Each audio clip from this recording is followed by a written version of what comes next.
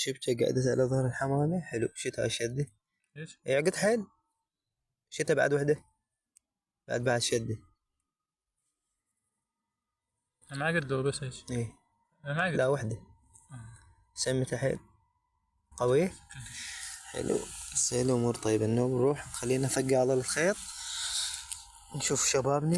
هاي الخطة ما تصيد الصور. هاي طلعتنا اليوم الصبح. نحاول نجرب حظنا أنا وأبو جاسم. شو تقول حميد؟ راح نخلي له النوب بنهاية الخيط هذه. نخلي له ثقالة. دورنا شوية بلوك مو كل الثقيلة وإنما ما تنسحب بسرعة. شدينا الحمامة. خلينا هنا. هاي الشبك. شو نسوي؟ نعدل العيون ذني.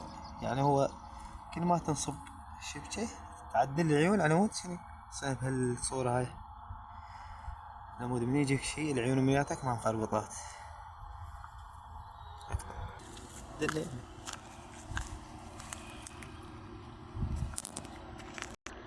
هاي الطريقة يعني هذا الخيط جاي منها الأسود مثبت بهاي. شوفوا بهاي البلوكة على مود أي شي ما يقدر يحركه. خل نروح وياكم للفخ الثاني. أراكم الفخ الثاني هم يعني من صيادة هم مال الجوارح.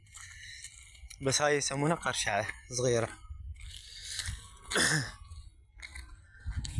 يعني ذن كلها احنا مسوينها. حتى ذيك شفتها بالزاجل شغل يدي. شوفوا هاي هم كذلك. هذا مخلين بيه فار.